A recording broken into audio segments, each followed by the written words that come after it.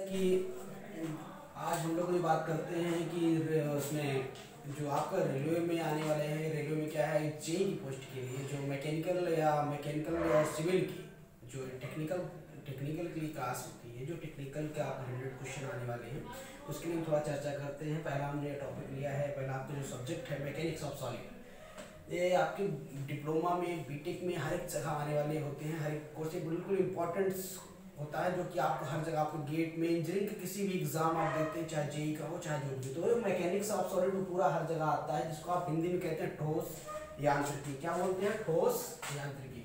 इसको हिंदी में बोलते हैं ठोस यांत्रिकी।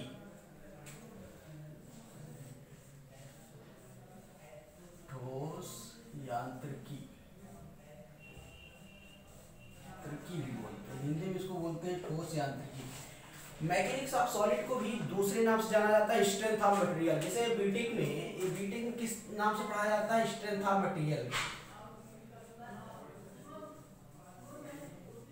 Strength of material.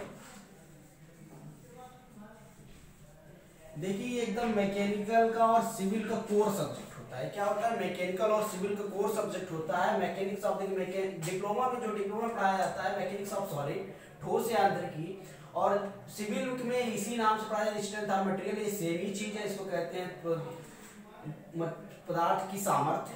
और जो बीटेक में पढ़ाया जाता है वो भी स्ट्रेंथ ऑफ मटेरियल।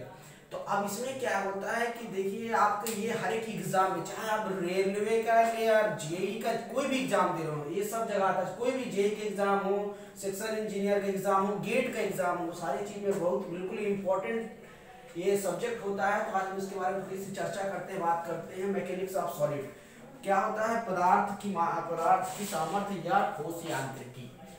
पहले इसमें थोड़ा सा हम आज चर्चा इस बात की करते हैं, जिसमें पहले यूनिट की फंडामेंटल्स यूनिट में थोड़ा सा मात्रा की जो यूनिट्स होते हैं, जैसे यूनिट्स क्या जो आपके बेसिक फिजिक्स की क्लास होती है, फिजिक्स में आप पढ़े होंगे units, unit and dimensional quantity, unit and dimensional quantity.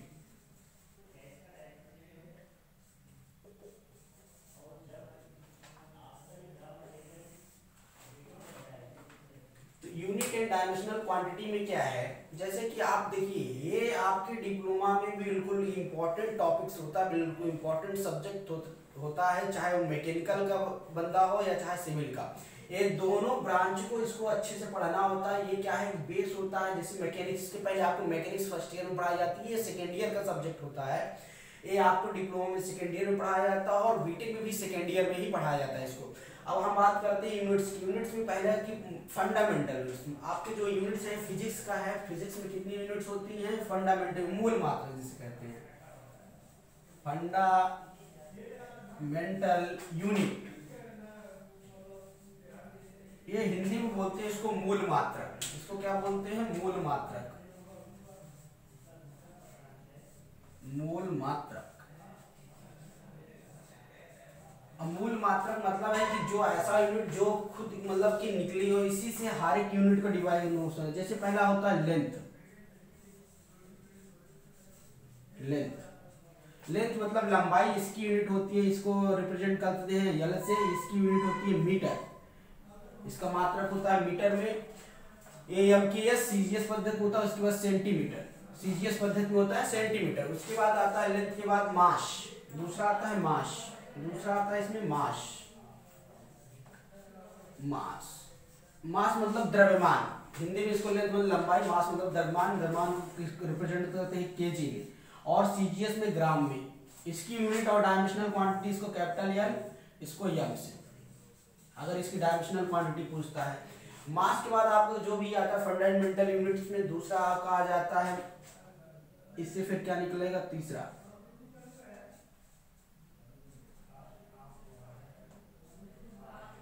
Current. Current I से रिप्रेजेंट करते हैं, इसका होता है एम्पियर। इसकी यूनिट क्या होती है? Ampere, current. उसके बाद आपका फिर नेक्स्ट आता है टेम्परेचर। तीसरा चौथा आता है आपका टेम्परेचर।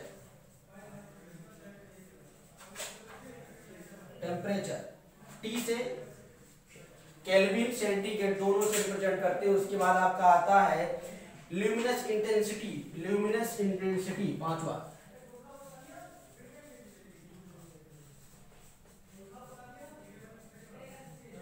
ल्यूमिनस इंटेंसिटी हिंदी में कहते हैं ज्योति तीव्रता, ल्यूमिनस इंटेंसिटी को कहते हैं ज्योति तीव्रता। इसके बाद छठा आपका आता है, छठा पदार्थ सब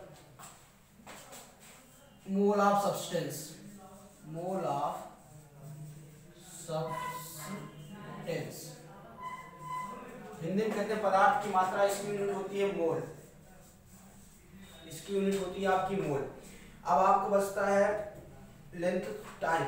नेक्स्ट है आपका इसमें छठा हो गया, सातवां टाइम,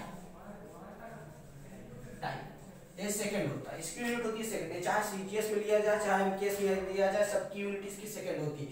अब इसी से मात्रक से आपके सारे मूल मात्रक निकले हुए हैं, इसी लेंथ, इसी फंडामेंटल यूनिट से जितने आपकी ड्राइव्ड यूनिट होती है। इसके बाद ये ड्राइव्ड यूनिट, ड्राइव्ड यूनिट मतलब जो निकली हुई है, जो इसी मात्रक से, फंडामेंटल के बाद आता है ड्राइव्ड यूनिट।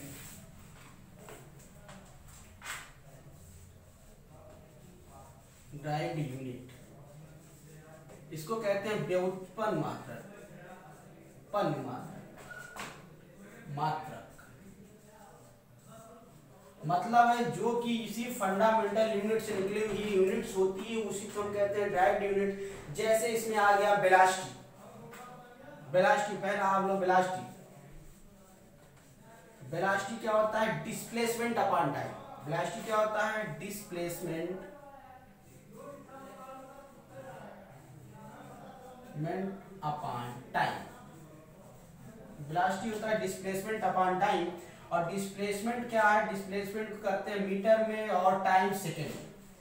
डिस्प्लेसमेंट क्या है, डिस्प्लेसमेंट समझ लो पहले, जैसे कोई एक पॉइंट है ये और कोई एक पॉइंट बी है, ए पॉइंट से बी पॉइंट की एक मिनिमम दूरी को, एक मिनिमम दूरी क्या कहते हैं, इसको डिस्प्लेसमेंट बोलते हैं। मान लीजिए क्या है, डिस्प्लेसमेंट है। लेकिन अगर कोई आदमी यहां से यहां तक चले, ये पूरा डिस्टेंस कवर किया बी सी डी, तो ये पूरी जितनी दूरी कवर किया उसको हम कहते हैं डिस्टेंस, दूरी। मतलब एक बिंदु से, मतलब एक पॉइंट से बी पॉइंट तक आने में, एक पॉइंट से बी पॉइंट तक आने में जितना उसने लेंथ कवर किया, मतलब जितनी लेंथ उसने कवर किया उसको हम कहते हैं डिस्टेंस। इसको हम बोलेंगे डिस्टेंस, डिस्टेंस। लेकिन ये एक पॉइंट से बी पॉइंट की एक मिनिमम दूरी, एक शॉर्टेस्ट डिस्टेंस हम क्या बोलते हैं, डिस्प्लेसमेंट। तो वेलोसिटी होती है डिस्प्लेसमेंट अपॉन टाइम। उसके बाद आता है स्पीड, स्पीड हिंदी में बोलते हैं इसको चाल। चाल बराबर होता है distance upon time, distance upon time. चाल बराबर होता है डिस्टेंस अपॉन टाइम। इसकी भी यूनिट होती है मीटर पर सेकेंड। देखिए आप, जैसे कि ये आपका फिजिक्स का ही टॉपिक है, लेकिन आपको जब तक ये पता नहीं होगा, इसके बाद आप स्ट्रेंथ ऑफ मटेरियल में जब आप क्वेश्चन करते हैं या आगे पढ़ते हैं, ये सारी चीजें आपको जरूरत पड़ती है, बिल्कुल इंपॉर्टेंट, क्योंकि आपको लेंथ जब यूनिट पता होती है तभी आप क्वेश्चन को सॉल्व होता है।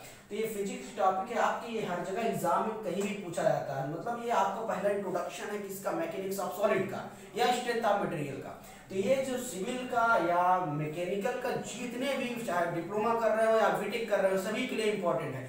एक सब्जेक्ट इतना इंपॉर्टेंट है कि गेट में भी बहुत आता है। जो गेट का एग्जाम, आप पीएससी का एग्जाम देते हैं, उसमें कोई भी रेलवे के जेई हो, कोई भी वैकेंसी हो, चाहे आप यूपीएससी की हो, चाहे स्टेट लेवल की जेई की हो, चाहे सेक्शन इंजीनियर को, सारे चीज में मैकेनिक्स ऑफ सॉलिड या स्ट्रेंथ ऑफ मटेरियल पूछा जाने वाला सब्जेक्ट है, इंपॉर्टेंट सब्जेक्ट होता है।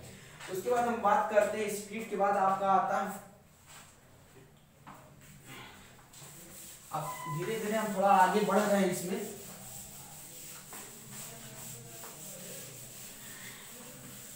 बात करते हैं फोर्स की, बल। फोर्स क्या होता है, फोर्स, फोर्स, फोर्स। ये फोर्स कहां से निकला है, फोर्स निकला है मास m इनटू ये क्या है, एक्सेलरेशन है, त्वरण। फोर्स, फोर्स की बात आती है, फोर्स क्या होता है, द्रव्यमान इनटू एक्सेलरेशन। इसके पहले आपका एक्सेलरेशन कहां से आया, एक्सेलरेशन, एक्सेलरेशन मतलब हिंदी में होता है त्वरण। त्वरण क्या है, velocity, velocity upon time. Velocity कैसे, change in velocity delta B upon delta T भी हो सकता है, delta B upon delta T. Delta B क्या है, चेंज इन वेलोसिटी, वेलोसिटी प्रारंभिक वेलोसिटी और इनिशियल, पहली मतलब ये कोई वेलोसिटी, इनिशियल वेलोसिटी और लास्ट अंतिम वेलोसिटी के का डिफरेंस अपॉन टाइम, जो वहां से लगा हुआ समय। मान लीजिए कोई पॉइंट ए और बी है, यहाँ से इसकी वेलोसिटी v है, u है, और इसकी वेलोसिटी फाइनल वेलोसिटी v है, और इसमें लगने वाला समय t है, तो ये एक्सेलरेशन है, त्वरण क्या हो जाएगा, delta v upon T, delta T, change in velocity upon time. तो त्वरण होता है वेलोसिटी अपॉन टाइम, इसकी यूनिट क्या हो जाएगी, मीटर पर सेकेंड स्क्वायर, इसकी यूनिट क्या हो जाएगी, मीटर पर सेकेंड। इसी तरह फोर्स की भी हमने आपको बताया था क्या होता है। फोर्स की जो डिफिनीशन निकली है न्यूटन सेकेंड लॉ से निकली। कहाँ से निकली है, Newton second law. Newton second law क्या होता है, संवेग परिवर्तन की दर, संवेग परिवर्तन की दर। तो न्यूटन सेकेंड लॉ से ही आपके बल की डिफिनीशन निकली। बल क्या है, जब कोई वस्तु पे, अगर वस्तु विरामावस्था में है, अगर जब तक उस पर कोई बाह्य बल नहीं लगाया जाता है, तो बाह्य बल लगाने से उसमें जो चेंजेज होता है उसे हम क्या कहते हैं, बल। या पुश एंड पुल, जो वस्तु किसी को पुश करे, या पुश मतलब पुल, और खींच बल लगाती है, मतलब कि उसमें कुछ ना कुछ परिवर्तन करता है, परिवर्तन करने की ही कंडीशन को हम बल कहते हैं। अब आप बात करते हैं फोर्सेस का क्या होता है यूनिट। इसकी यूनिट हो जाएगी आपका किलोग्राम मीटर पर सेकेंड स्क्वायर। द्रव्यमान की यूनिट केजी होती है, किलोग्राम मीटर पर, अगर यही सीजीएस में लिखा जाए तो ग्राम सेंटीमीटर पर सेकेंड स्क्वायर। ये क्या है, एमकेएस में है, एमकेएस में क्या है आपका, सीजीएस में। तो एमकेएस में किलोग्राम मीटर पर सेकेंड स्क्वायर और ग्राम सेंटीमीटर पर सेकेंड स्क्वायर। और ये क्या होता है, न्यूटन का होता है डाइन या न्यूटन। न्यूटन भी बल का मात्रक न्यूटन भी होता है। अब न्यूटन का डाइन, 1 न्यूटन बराबर 10⁵ डाइन, 1 न्यूटन बराबर 10⁵ डाइन। अब कहने का मतलब ये है कि आपको पूछा जाए कि 1 न्यूटन बराबर कितने डाइन होता है, तो 1 न्यूटन बराबर 10⁵ डाइन। ये किसकी यूनिट है, ये फोर्स की यूनिट है। अब जैसे पूछ लिया जाए कि 1 न्यूटन में कितने ग्राम सेंटीमीटर, मतलब 1 न्यूटन में कितने सेंटीमीटर को लग सकता है, तो जैसे कि 1 केजी में 1 केजी में कितना न्यूटन लगेगा, मतलब कि 1 केजी, अगर किसी वेट का द्रव्यमान 1 केजी है, तो उसकी यूनिट क्या होगी न्यूटन में। जैसे मान लीजिए आपसे पूछा जाए 1 केजी द्रव्यमान है, तो उसका मात्रक वो न्यूटन में कितना होगा। तो आप देखिए, जैसे कि आप F इक्वल टू हो गया आपका F equal to m into A. तो F इक्वल टू m की वैल्यू आपने वहां रखी, और जी ए की वैल्यू क्या होती है 9.8। तो 1 केजी बराबर न्यूटन कितना हो जाएगा, 9.8 न्यूटन। तो ये आपकी बल की। इसके बाद बल के बाद आपके हम बात करते हैं, जैसे कि Newton first law, second law, third law. Newton first law, second law, third law क्या है। न्यूटन फर्स्ट लॉ क्या होता है, न्यूटन जब कोई वस्तु है, कोई बॉडी है, वो विरामावस्था में है, जब तक उस पर बाह्य बल नहीं लगाया जाता है तब तक वो विरामावस्था में यार मोशन करती रहेगी। बल यह मतलब है बल का पहला जो न्यूटन फर्स्ट लॉ है क्या कहता है, न्यूटन फर्स्ट लॉ।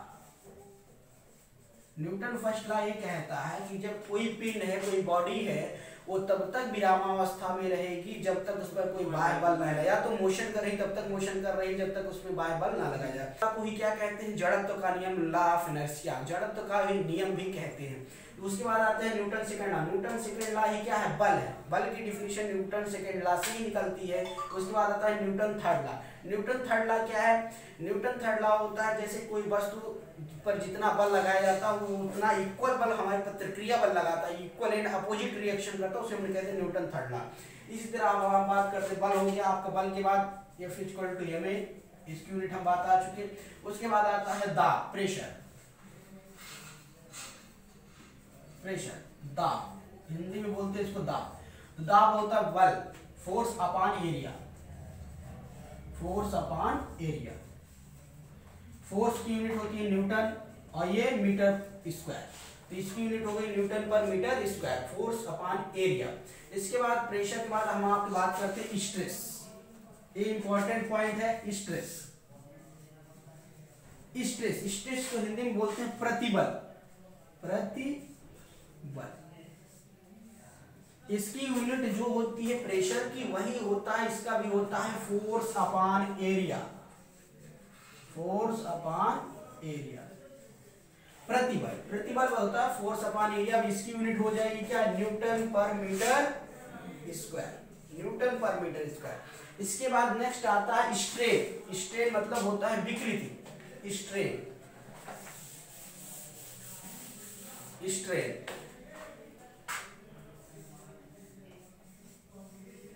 स्ट्रेन ये होता है विकृति, विकृति हिंदी में कहते हैं विकृति। स्ट्रेन विकृति हिंदी में बोलते हैं, इसको आप जरूरी नहीं है हिंदी में जानो। स्ट्रेन विकृति ये क्या होता है, change in length upon original length, change in length upon original length.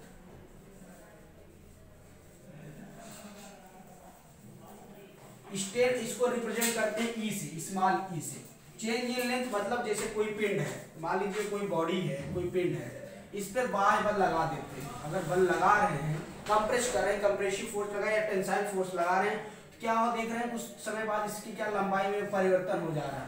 पहले इसकी लंबाई L थी, इसकी लंबाई L थी, दोबारा इसकी लंबाई डेल्टा L हो गई। तो ये क्या है, ओरिजिनल लंबाई थी, ये क्या है चेंज इन लंबाई। तो ये delta L upon L, delta L upon L। इसकी यूनिट क्या हो जाएगी, अब यूनिट हो जाएगी ए मीटर, ए बी मीटर, तो यूनिट कैंसिल, कोई यूनिट होते हैं, ये यूनिट लेस होता है। क्या होता है, यूनिटलेस, यूनिटलेस डायमेंशनल लेस। ये इसमें कोई न मात्रक होता ना कोई बीमा होती है। ये इंपॉर्टेंट पॉइंट है आपका, बिल्कुल एग्जाम में डायरेक्ट पूछने वाला है। ठीक है, थैंक यू। आज क्लास